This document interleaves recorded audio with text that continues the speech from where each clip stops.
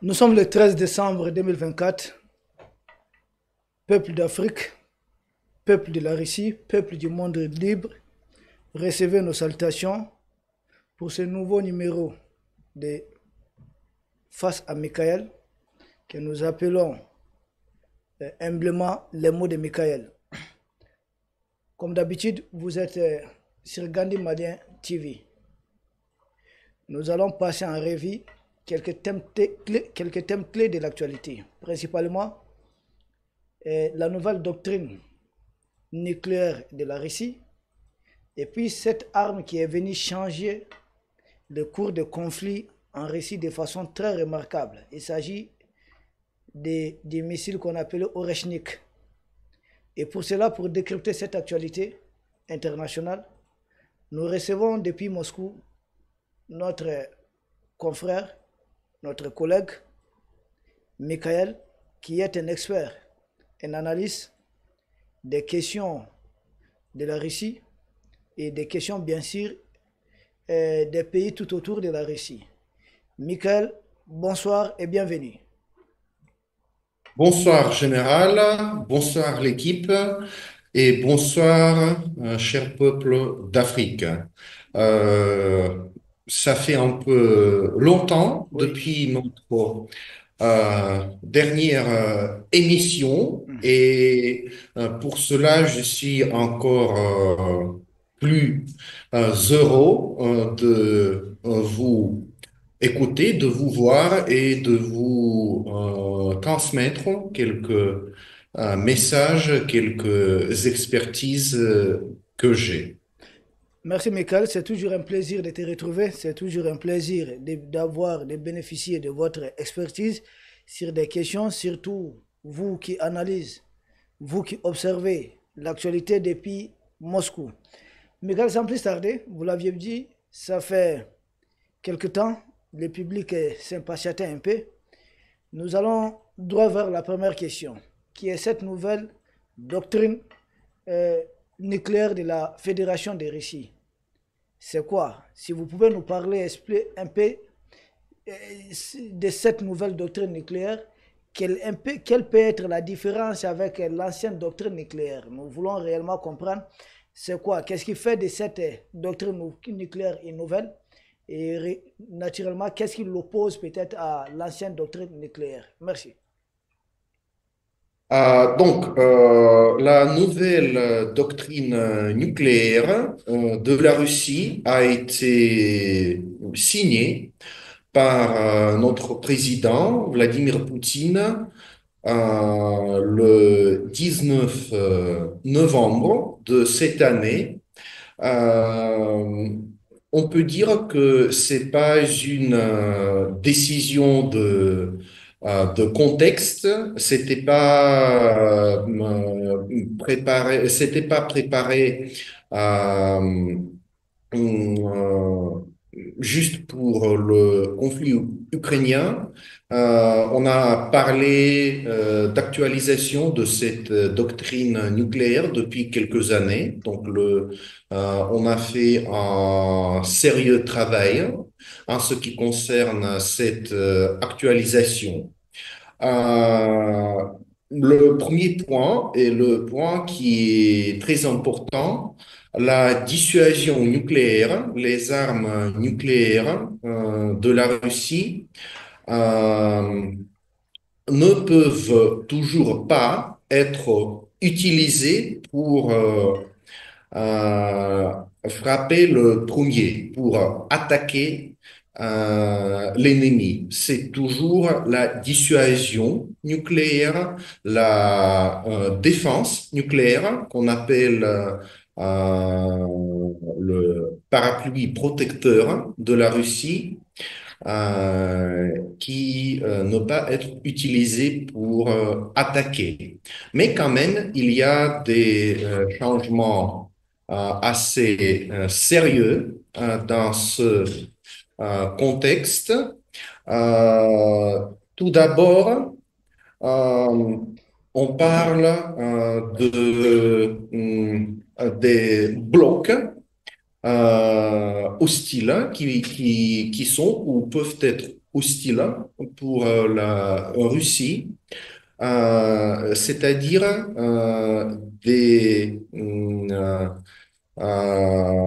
si un membre d'un bloc d'une coalition mène une agression contre la Russie, l'entité de ce bloc, de cette coalition militaire, va être considérée comme l'agresseur. Et la riposte, la dissuasion nucléaire va être utilisée pour, contre l'ensemble de la coalition hostile. Ça, on peut dire que c'est un message signal clair adressé à l'OTAN qui continue ses agressions contre la Russie et ses alliés en Europe.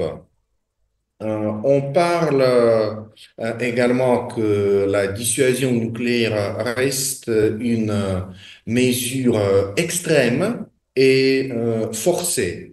Et la Russie va continuer à faire tous les efforts nécessaires pour réduire la menace nucléaire et prévenir l'aggravation des relations entre les États qui pourraient provoquer des conflits, y compris des conflits militaires et nucléaires. En ce qui concerne les situations dans lesquelles la Russie peut considérer l'utilisation des armes nucléaires, c'est la possession par des adversaires potentiels d'armes d'extermination qui pourraient être utilisées contre notre pays. C'est la défense antimissile, les missiles de croisière et balistiques à moyenne et courte portée et les armes non nucléaires hypersoniques de haute précision ainsi que les drones.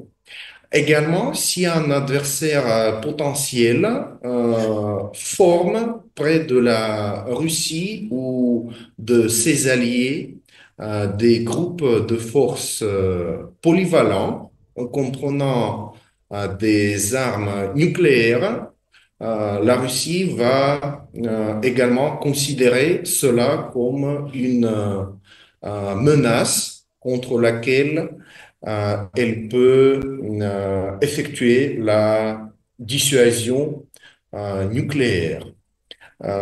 Également, on parle de la mise en place des capacités de défense antimissiles et antisatellites dans l'espace et le déploiement d'armes nucléaires sur le territoire d'États qui ne sont pas dotés d'armes nucléaires.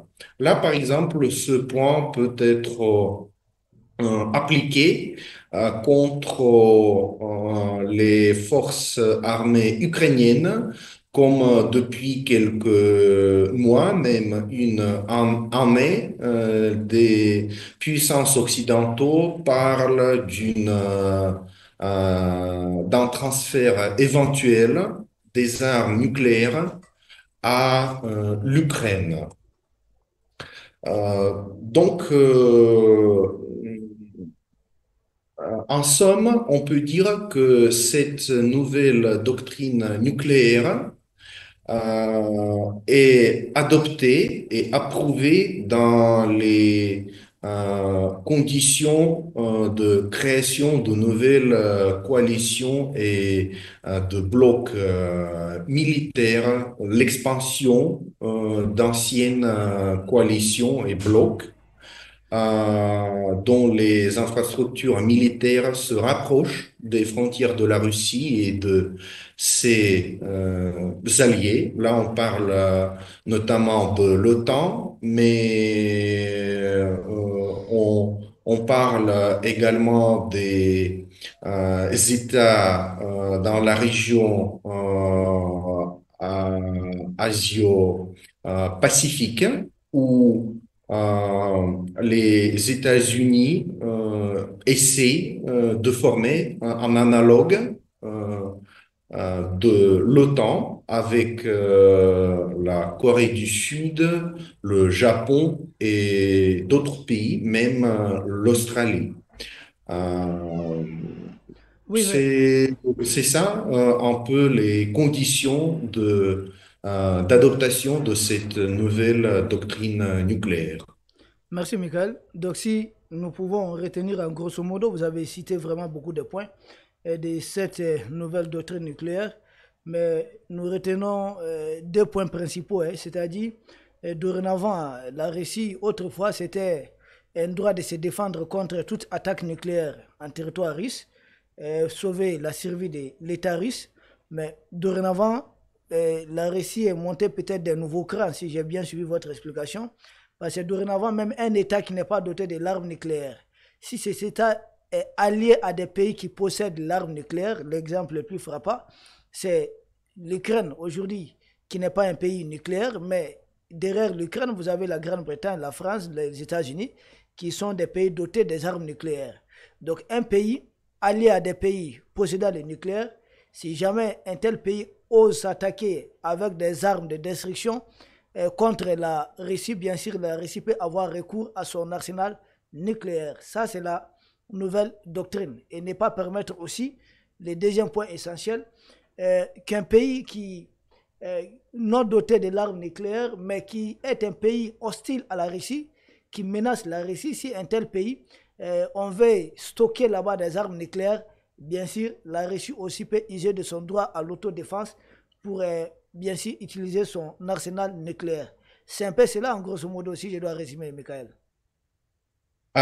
C'est ça, juste je corrige un peu le premier point. Ok, Euh, c'est le cas où une puissance nucléaire ok. transfère Ah, ses armes nucléaires à un pays qui ne possède pas ah, ok. de telle capacité. Mais si un pays qui ne dispose pas d'armes nucléaires, mais il dispose d'armes d'extermination, comme par exemple les missiles hypersoniques à haute précision qui constituent un grave danger à la sécurité de Russie. Oui, dans ce cas-là, on peut parler de la dissuasion nucléaire, même si ce pays, qui est un adversaire potentiel, ne possède pas d'armes nucléaires. Ah, ok. C'est compris. Merci alors pour cette précision. Donc, public, chers auditeurs et chers téléspectateurs, il s'agit évidemment aussi d'un pays, même non nucléaire, mais qui dispose des armes de précision, c'est-à-dire des missiles sophistiqués, pouvant causer le maximum de dégâts contre les territoires russes. Et en ce moment, la nouvelle doctrine nucléaire peut entrer en action. C'est bien cela, Michael. Effectivement. Bien, ce qui nous conduit directement à notre deuxième question, Michael. Cette nouvelle doctrine nucléaire de la Russie, donc évidemment, si je vous comprends bien, si je vous suis logiquement, peut être à tout moment utilisée aussi pour limiter les attaques des missiles Atacams, des missiles Scalp ou Tom Shadow des États-Unis, de la France de Grande-Bretagne. Donc cette nouvelle doctrine nucléaire peut être appliquée dans les cas où si des missiles Atacams et d'autres missiles de précision des pays de l'OTAN fournis à l'Ukraine continuent d'être tirés contre le territoire russe. C'est bel et bien ça? Oui, on peut parler dans cette situation de la dissuasion nucléaire. C'est bien ça. Mais il n'y a même pas un mois, le 21 novembre, la Russie a utilisé pour la première fois la missile balistique à moyenne portée qui s'appelle Oreshnik, ce qui se traduit en français comme coudrier. C'est un arme hypersonique avec une force considérable de destruction. On parle de une capacité explosive montant jusqu'à 900 kilotonnes qui ont été utilisés en Ukraine dans les environs de la ville Dnepropetrovsk. Là-bas, une facilité de production des missiles a été frappée avec cette missile Oreshnik et les résultats de tests de cette nouvelle missile ont été considérés comme satisfaisants. Dorénavant, la Russie dispose d'une telle missile. C'est pas une missile nucléaire qui ne porte pas les capacités nucléaires, mais cette missile peut être équipée avec la partie nucléaire. C'est une missile hypersonique, l'une des plus vite euh, dont la Russie dispose et l'une des plus vite dans le monde. Sa vitesse monte à 3 kilomètres par seconde et cette missile ne peut pas être intercepté. Juste au moment de démarrage, quand la vitesse de missile ne monte pas jusqu'à 3 km par seconde, elle peut être interceptée, mais dès qu'elle arrive à sa vitesse maximale, aucun système antimissile dans le monde ne peut intercepter cette missile. En ce qui concerne, l'utilisation de cette missile a été une réponse à l'attaque du territoire russe avec les missiles ATACMS fournis par les États-Unis aux forces armées de l'Ukraine. Il y a quelques jours, les villes russes, notamment la ville de Taganrog, dans la région de Rostov, en Russie, ont été attaquées encore une fois avec ces missiles. Et il y a une très forte probabilité que la missile Oreshnik va être utilisée encore une fois sur le territoire ukrainien. Donc, donc Michael, vous confirmez que euh, la, le missile Oreshnik qui a été lancé contre ces sites de fabrication de missiles en Ukraine, notamment dans la localité de Dnipro, a causé beaucoup de dégâts. Oui, la facilité a été complètement détruite. Là, pourquoi j'ai tiré votre attention, cher public, sur la vitesse de cette missile. C'est pas seulement la capacité explosive de cet missile qui fait le dégât. C'est également la force cinétique de cet missile qui euh, fait dégâts.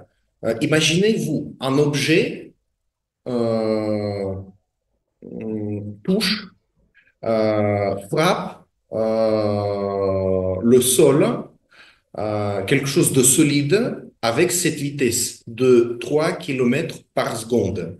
Même s'il n'y a pas de tête active dans cette missile, le dégât va être énorme, juste avec le frappe avec l'énergie cinétique causée par cette missile. C'est-à-dire qu'elle peut pénétrer les facilités, les sites bien protégés, bien armés, et puis s'exploser, annihilant tout l'intérieur de n'importe quelle facilité. Ok, ça a été un peu bien compris dans les missiles Atacams. Nous devons aussi préciser, hein, Michael, que c'est un missile qu'on peut lancer à partir d'une plateforme qui est mobile. C'est bien ça, hein? Oui, ils peuvent être stationnés et ils peuvent être mobiles. Il y a également un autre point à ajouter ici. C'est pas une missile hum, qui est dans l'élaboration, dans les préparatifs. C'est une missile, c'est un complexe tout à fait opérationnel. Il est déjà dans la production et il est déjà fourni à l'armée russe. Et même dans la deuxième moitié de l'année 2025, ce complexe Oreshnik, dans la forme mobile, va être fourni à l'allié russe qui est Biélorussie.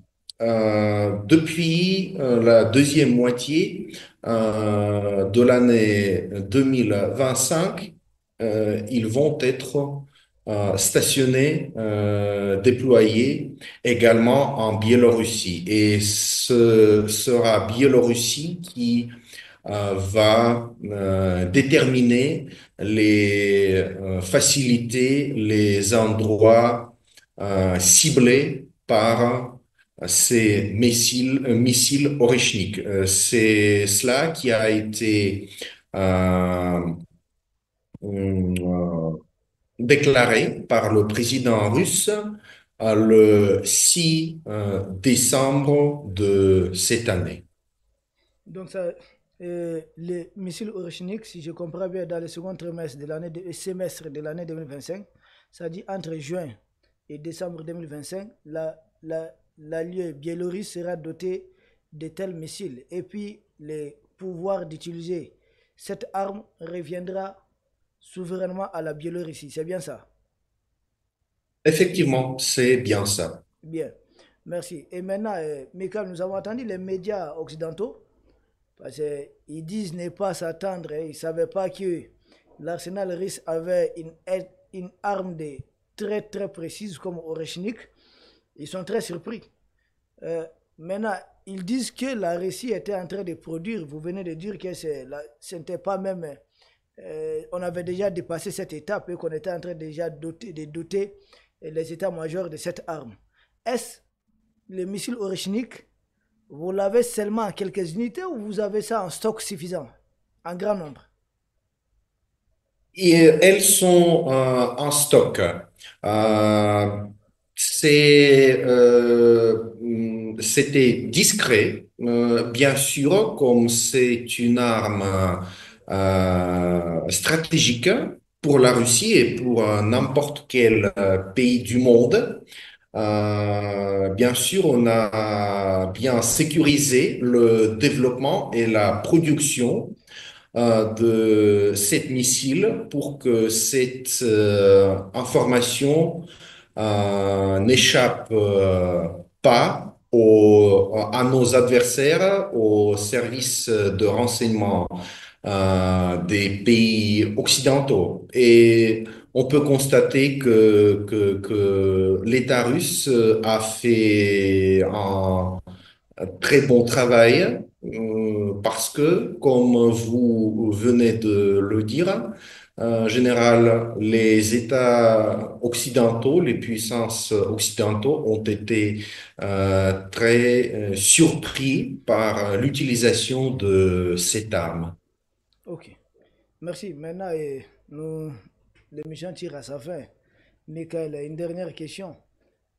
C'est dans ce cadre, nous avons vu le président nouvellement élu des États-Unis. Il s'agit de Donald Trump. Nous savons qu'il a déjà une discussion avec, pas même une seule discussion avec Zelensky. Euh, Trump a nommé un général américain, un vieux. Il est vraiment âgé, très expérimenté, comme émissaire pour venir pour faire la paix entre la Russie et l'Ukraine.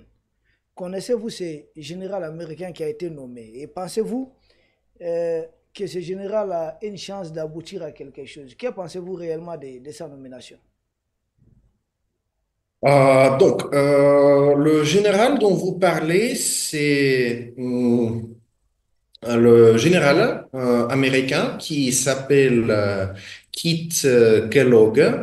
Euh, il est effectivement très expérimenté, âgé de 80 années, et c'est c'est en général de ce qu'on appelle old school, de vieux style. C'est pas un libéral demi fou comme ceux-ci qui mènent l'agression contre la Russie. Maintenant, c'est un général qui est très pragmatique, à notre avis. Et c'est pas pour la première fois qu'il va jouir comme le membre de l'administration Trump. Il a fait partie de son ancienne administration entre les années 2016 et 2020 comme conseiller du vice-président des États-Unis et comme chef de l'Office du Bureau de la sécurité nationale des États-Unis. Comme je viens de le dire, il est très pragmatique et il vient du monde plus ou moins euh, traditionnel, là où les États-Unis se considèrent comme le policier mondial, comme le pays qui gère, qui contrôle tout ce qui se passe dans le monde.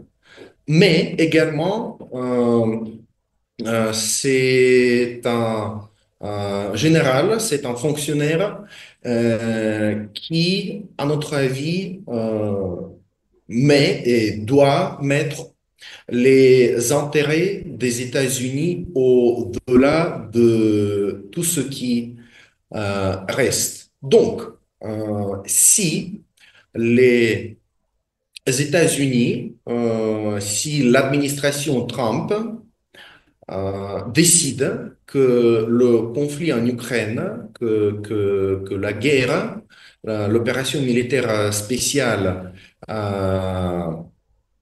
ne coïncide pas avec les intérêts américains, il va arriver à négocier, il va arriver à, euh, à la paix. Il va arriver à cesser les hostilités. Il a même euh, proposé quelques points de résolution de ce conflit, y compris euh, que l'Ukraine refuse ses projets d'adhérer à l'OTAN et remet cette question à long terme que l'Ukraine refuse de rattraper ses anciens territoires Ok. avec des moyens militaires et qu'elle continue avec les moyens et voies diplomatiques. Mhm. Et il a également proposé d'enlever une partie des sanctions imposées contre la Russie.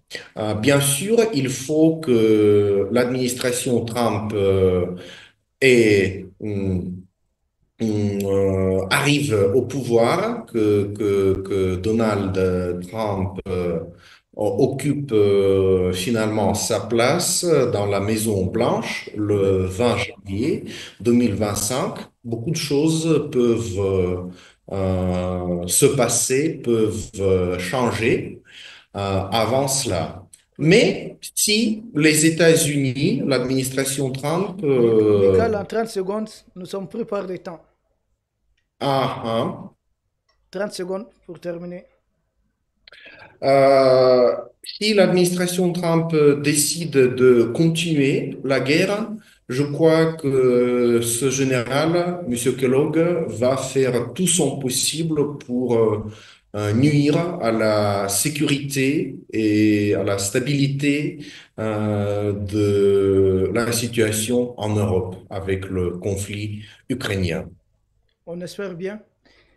On juge les maçons au pied du mur. Et ce général a été nommé. En tout cas, il nourrit en tout cas de bons espoirs pour le moment du côté de notre confrère, collègue Michael, qui reste aussi très prudent.